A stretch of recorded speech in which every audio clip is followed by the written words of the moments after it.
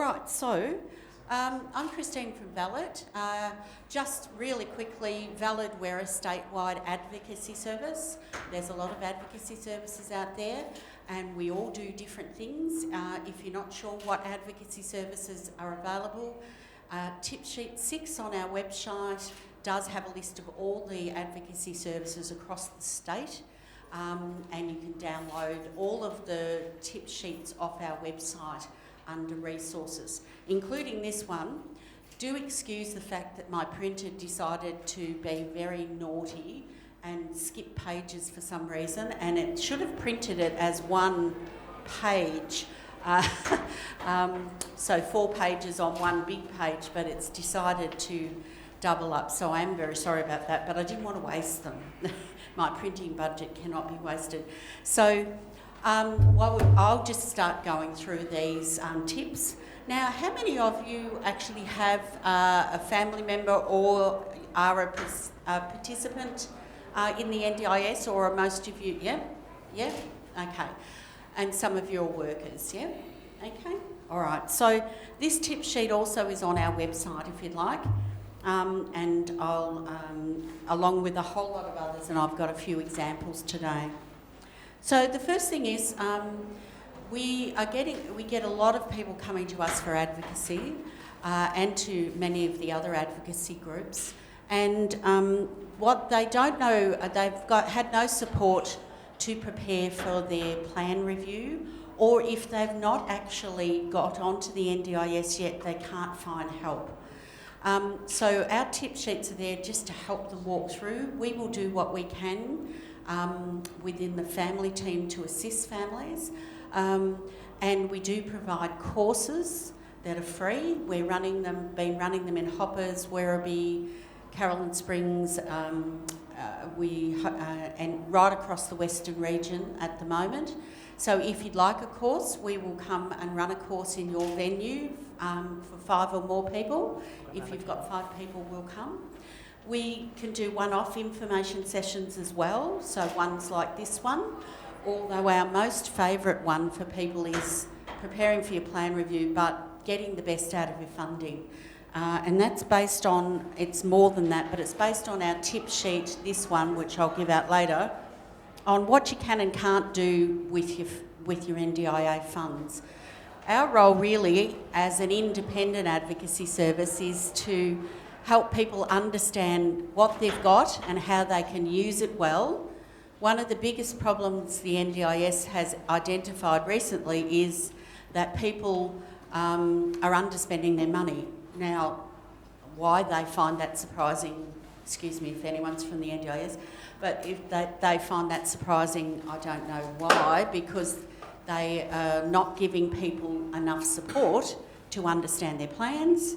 They're cutting back support coordinators, so people have no help to find services and to get their plan into action. And but that's what we do. If in our course, it's a 4-week course, we help people with pre-planning, getting prepared, ready for your plan review, getting all your evidence together, assisting people with understanding what their rights are, and also understanding how the funding works so that they're actually asking for the right items. Because if you don't ask for the right items, you're stuck, okay? And what we do is assist people with that. So I'm going to run through these key tips. And those at the front who didn't get one of these, need some more there? Yeah. Okay, so basically, if you're is unhappy with what you've got now, or you feel you've got gaps in the funding, we really encourage you to keep records. Just an exercise book or a diary would be fine. And keeping records of just every time there's an incident. For example, my daughter's nearly 39. She's been in the NDIS since 2013. We need bathroom modifications, so every fall she has, I stick it in the diary to show them that we need the bathroom change because the non-stick for flooring has worn away. Whatever the issue is for you, whether it's your family member tends to go and access the community on their own when they're not supposed to, or whether it's an issue around other things that they've missed out on stuff because they don't have the right supports, that is evidence.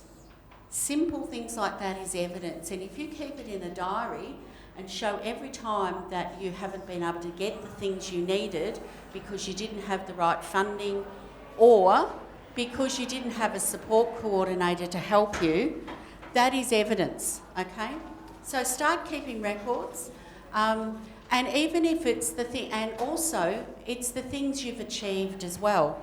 Inside this is the blue chart, and this little blue, these two charts are your preparation for your plan review. The middle big column is outcomes achieved. Now the outcomes achieved are your evidence, because you might not know it, but the NDIS marks off every time somebody achieves their goals. Linda, did you need some more from the people at the back? All right.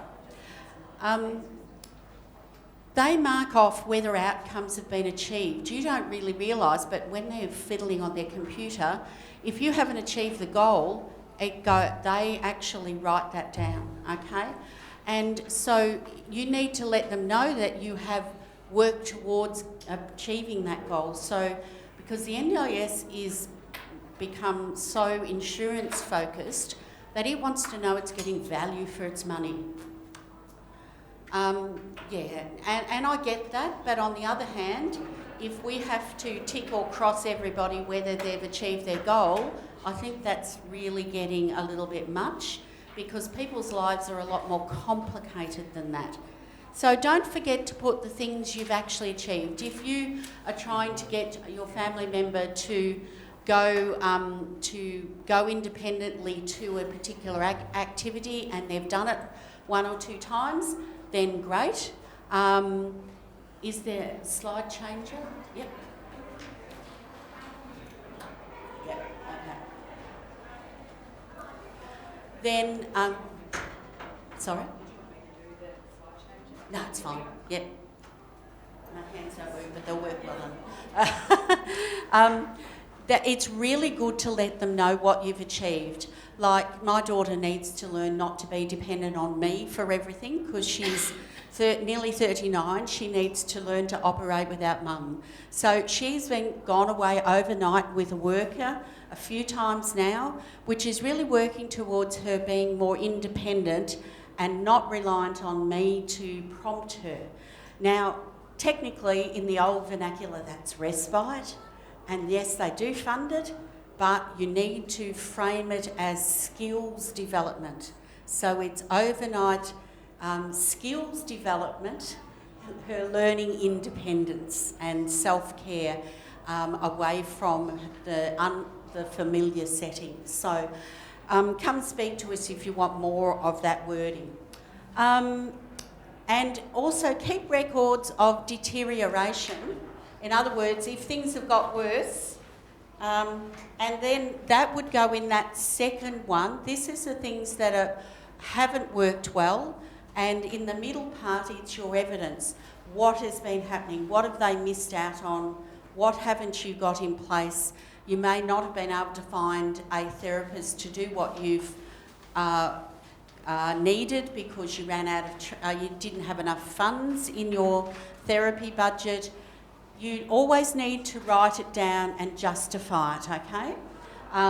Because more and more we're seeing people being cut because of the fact they haven't explained that why they haven't used their funds, okay? They're not supposed to just cut your money. However, they will, some planners will, if you don't actually explain why. So last year we didn't use a big chunk of our funds because we couldn't get workers at one stage. There was big staff turnover, and so we wrote that in. That was one of the reasons why, and we didn't use our money. They didn't take it off us. So always make sure you're putting down those issues in that second one, the orange column there. The things that didn't work and why didn't they work, okay? All right? All right, so we'll go to the next one.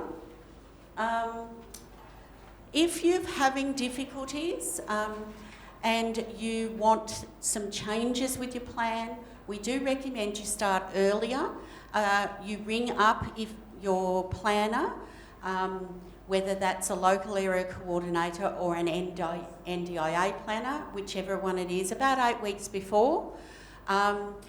They are trying to ring people between 4 and 6 weeks out, but people's plans are running out all the time at the moment. Now, the problem with that is that they've had to rectify that by automatically now extending every plan that's about to run out by 30 days, which is great that they've done that. However, if you're out of money, that's not going to help you, is it? Because the plan's going to go an extra month, but you've got no money to spend anyway. So make sure if you're running out of money, you start the review process early. So start 8 weeks out, 10 weeks out if you're running out of money. You then might get your plan done 3 or 4 weeks before the old one runs out, therefore your money will last. Does that make sense? The other thing is that some service providers are really OCD, on if you don't have if they don't cite a new plan with a new end date, they will refuse to take bookings for the shifts you want. So you don't want to let your plan run out. Now, if that happens to you, then they should know as service providers, but often the accounts people don't, that the NDIA automatically extends plans for 30 days. So do remember to explain that. Get some advice from an advocate if you need that around that happening. But to avoid it, start 6 to 8 weeks out, okay? So this is your list. So, or use something else. If you find something else that works for you, great. I can send you this as a Word template so you can type into it and you can use it each year. This is your list for the planner. Do you know what? The amount of people that come to us complaining that the planners missed in their review stuff, because they spent the whole meeting talking about the things that went wrong, they didn't actually talk about the things that went well, and the planner didn't put the good things that went well into the plan, would you believe? They only put the things they want to change. So don't forget to tell them on this page the things that worked well that you want to keep. You want to keep your NDIS funding for the things that are going good, don't you? Plus, you want your list for the things that aren't going well and what you want to change, okay? And one of the things we say is that because the planners are being rushed to do 8 plans a week, they don't have very long with you. They'll give you an hour to an hour and a half. Spoon feed them. This chart, planners love it, or if you do your own, I don't care what you use, just do something to give them in writing. Don't forget to identify what funds management you want to use for each of the areas. Now, what by that I mean, are you going to leave your money with the NDIA? So that's called NDIA managed, okay? Although they don't manage anything, that word is misleading. Or you're going to use plan management, or are you going to self-manage? Now, you can use a combination of those things. You don't have to do the whole of your plan in one of those ways. You can use, a lot of families will just say plan manage the therapy budget, right? So that they can use non-registered therapists, okay?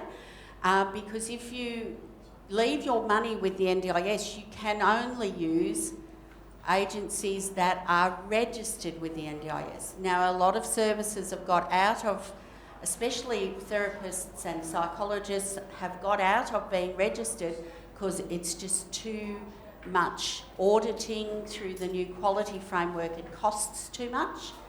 So you open up your options to get more out of your plan if you plan manage the sections you want some flexibility in. So if you use plan management, then you can buy the local therapist or the local art therapist, there's a few out there, or the local, a program off the local community house you can buy if you've got that in your plan, because they're not registered, okay?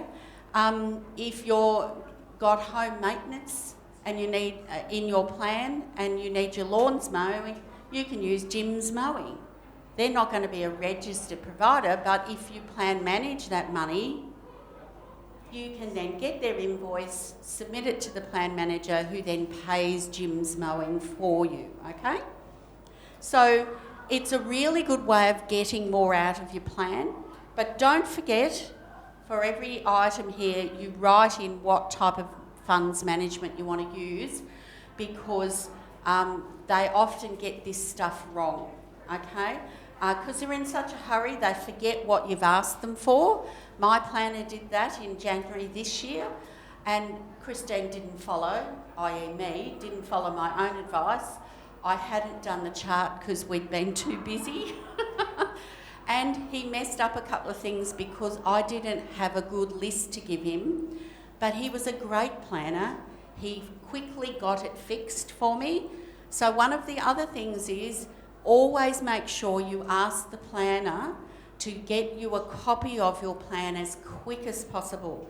Because if you get back to them within a week or two about any mistakes, they're more likely to do what's called a light touch review, and they will fix it, okay? But if you wait till it comes in the mail 3 weeks later, you've missed your window to get it fixed, okay? So do try to say, could you make sure that it goes on the portal? Anyone using the NDIS portal? Yeah? You then can download your plan off the portal or ask them to email it to you, okay? So that you get it quickly and you can check it, all right? Because otherwise you'll have a problem with getting any mistakes fixed, yeah? All right? Now, and in the chart, if you can, identify how many hours and what day of the week you want the support. So it might be that you want a weekend independent living program, so for 5 hours on Saturday, but really it's because you want respite for your family member from them. But it's skill development, it's community participation, it's independence development.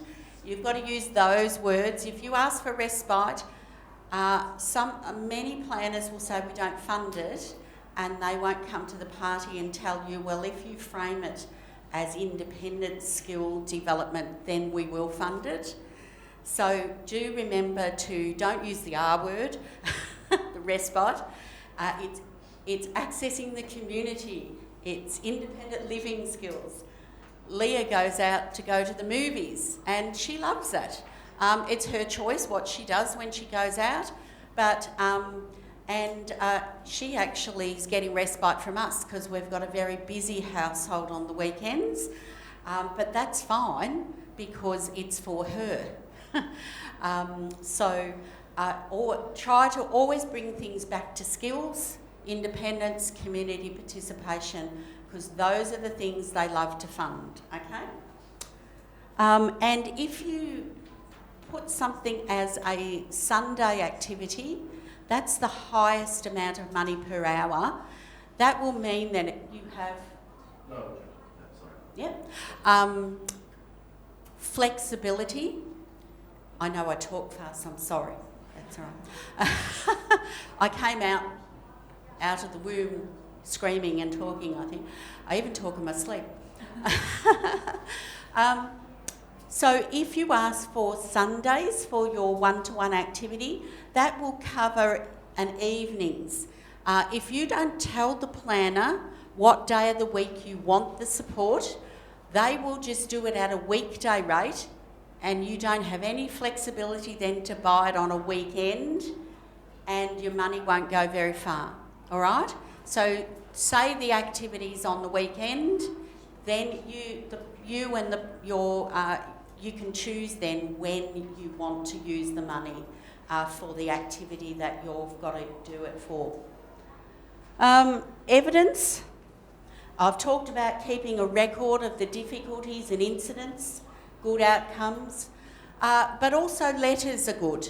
Now, I know the program's not for the family member or for the carer, but if you are a family member or a carer, a letter from the doctor about ill health of the family and carer doesn't go astray. Even though it's not for you, it is part of the overall picture, okay? It does hold a little bit of weight, because one thing that planners may not tell you is that in the Act, the law, in other words, the NDIS law, it says that planners must consider the needs of informal supports when they are considering what they fund in the plan. Now, informal supports is jargonese for the people who are unpaid supporting the person, and which is usually family and friends. So planners have to take into account the needs of family and friends when they are looking at what they fund.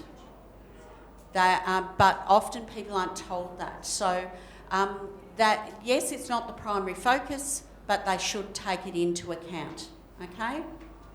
Especially where, for example, so for my daughter, for Leah, because she's 38, usually a 38-year-old isn't living with their mum and dad and having everything done by their mum or dad, okay? The NDIS looks at what's reasonable and what's necessary in comparison to another person of the same age.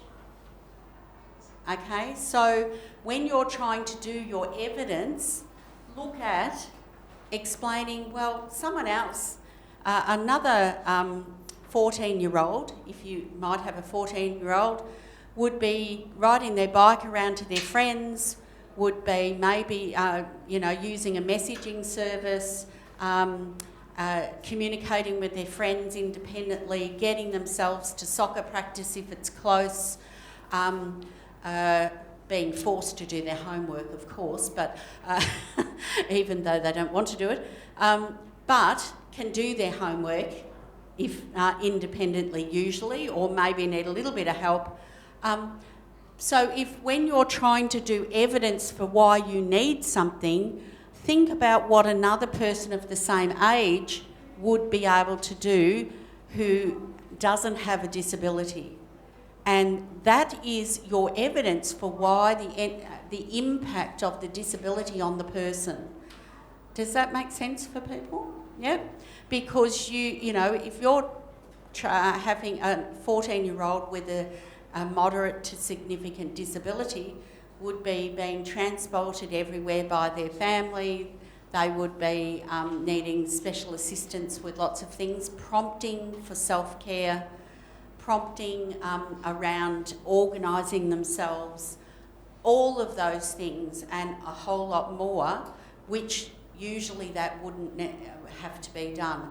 That is your evidence for why the person needs support.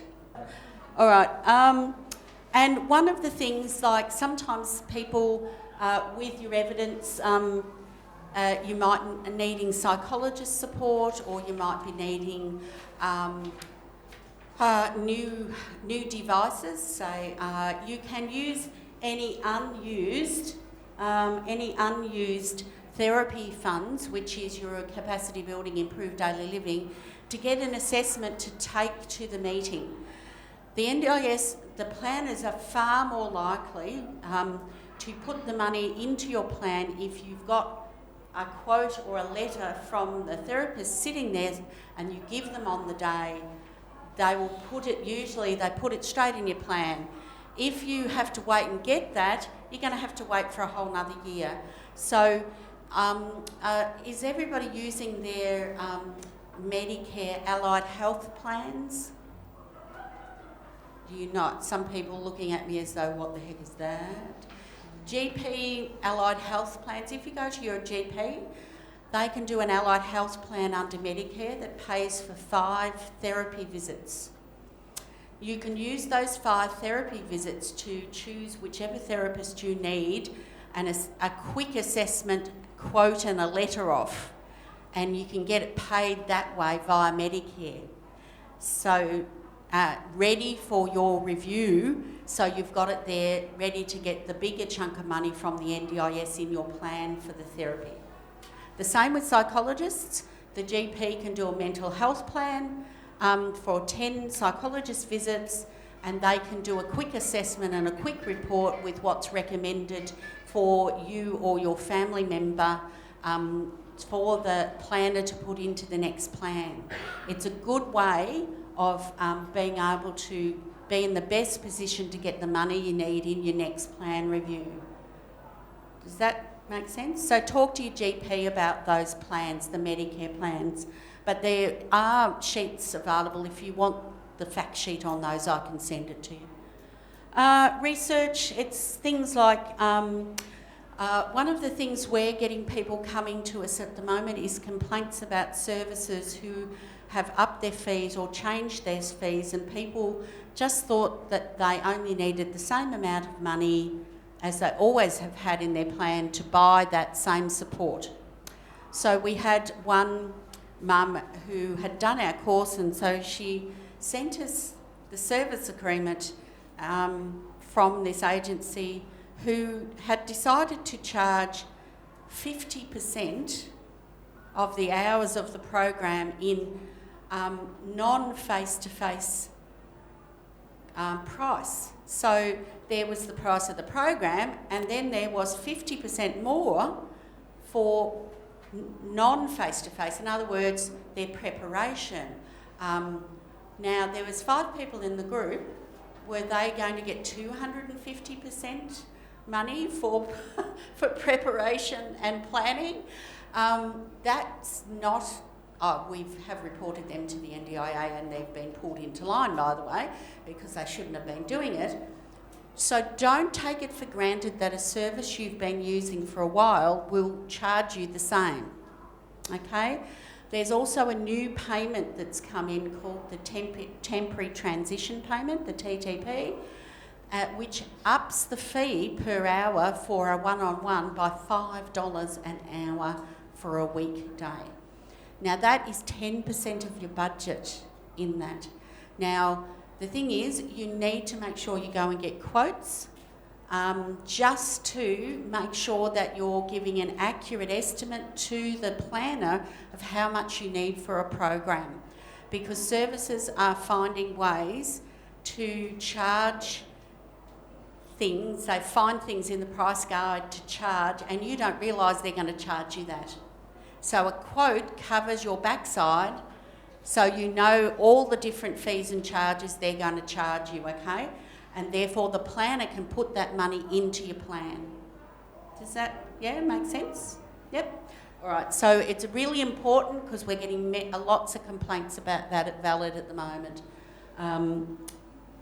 Okay, think about your current goals. We're also getting reports off a lot of families doing our course. And indeed, even good planners, because they're rushed, my planner didn't even talk about Leah's goals in our plan meeting. However, we raised the topic and got the goals changed. Just make sure you're in charge. Don't let it slip past. You need to make sure that your goals are still current, that they still make sense for what you need funded. Always remember, the NDIS only funds supports that help you achieve your goal. If the planner has not had the dots drawn between the goal and the support that you're after, so for your young lady, it's independent skills that, it's socialising with her peers, it's being able to communicate with everybody. If you have goals around those things, they can't ignore your request for therapy. So I'd also suggest that you have a goal, you probably already do, around building her social and independent skills with her peers and in the community, because the therapy goes directly to that goal. If they cannot see the goal that covers what you're asking for, they're not going to fund it. And they don't have time to come back to you after the meeting and say, why did you ask for this? What goal is that attached to? They just say no, okay, because they're being rushed. Yeah? Does that make sense? So you need to be in charge. Make sure your goals, you can plot the goal to everything that you're asking to be funded in your chart. Okay, I'm actually about to review this and put the goal, a column in for goal actually. So if you email me for the Word version, it will be a Word version with the goal in there as well.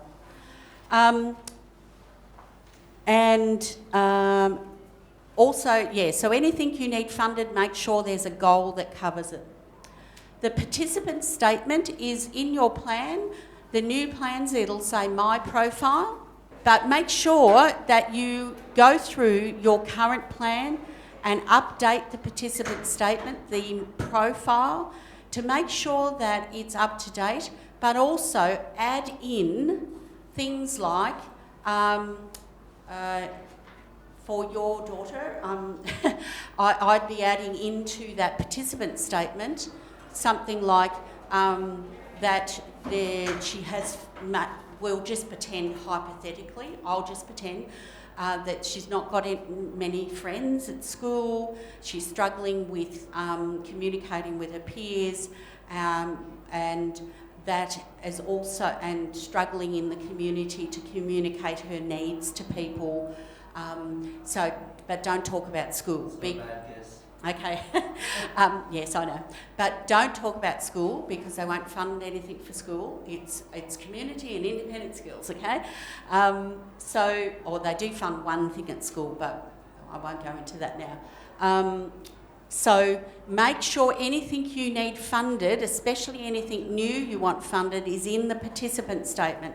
There's some of what are the issues, the good stuff and the difficult stuff. Make sure when you revise your participant statement that in other words, your story. We call this your story. So for us, for example, Leah's story is, that she's still recovering from breaking her foot in 6 places due to falls and being unable to walk at all for 3 months. And she's learning to get more steady on her feet and building her self-confidence to be able to walk around independently. And with therapy, that's been great. She is getting there. However, she is struggling in the bathroom because she's terrified of falling. So we would put that as her story into this statement, because this is what, when the next planner comes to pick up your plan, they read this. And I've sat there with people in their plan meetings, and the planner sits down and we present them with this big lot of stuff. Oh, your participant statement is very straightforward. We thought this was, just an easy case, not complex. So don't believe them when they say that they don't take this participant statement as an indicator. They do, okay? Because the next planner who picks it up for your review reads it, and if they think you're easy, they're going to rush you through. So make sure this is accurate. They must take the participant statement in the way you present it.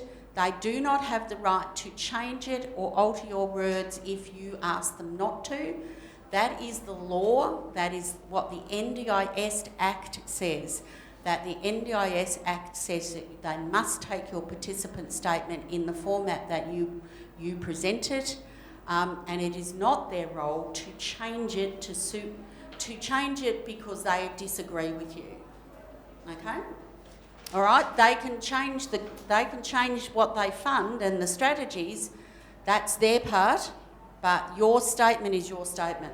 Now that is the My Profile part of and the goals, okay, of your plan.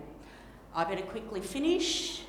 Getting info to the planner, do make sure you take 2 copies of this so that you have one for you to refer to, one to give to the planner. Secondly, or you can, and your reports similarly, have hard copies, but if you use the portal, you can upload all the reports and assessments onto the portal, because there's a button, you click upload, and then it says, you know, what file do you want to attach? You browse, find the file, and it uploads it to the participant's portal. Now, that means that the planner cannot say they didn't get the report because it's been uploaded onto the system, okay? So if you're computer savvy, do it that way, but also have a hard copy at the plan meeting, okay? Support at the meeting, don't forget to think about, you know, what support you need. I take my husband, not because he knows much about the NDIS, but he's there to say, rein it in, Christine. Don't get riled up, Christine. He gives me a kick under the table, gently, this is my arthritis. And if I'm getting emotional, it's one thing for me, I advocate for people every day and I can do that very calmly, but we're talking about our life here.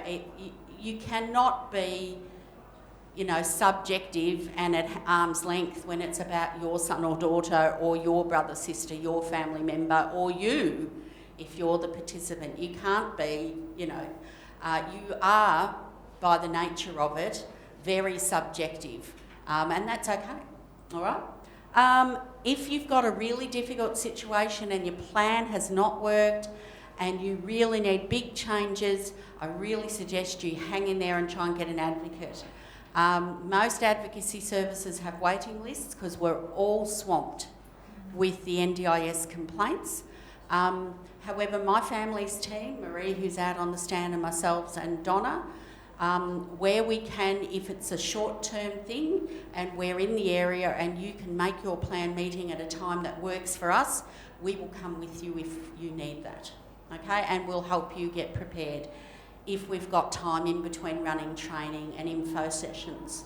But if you're taking a family member, make sure you're clear on what their role is, okay? You don't want them taking over and starting to tell stories about this and story.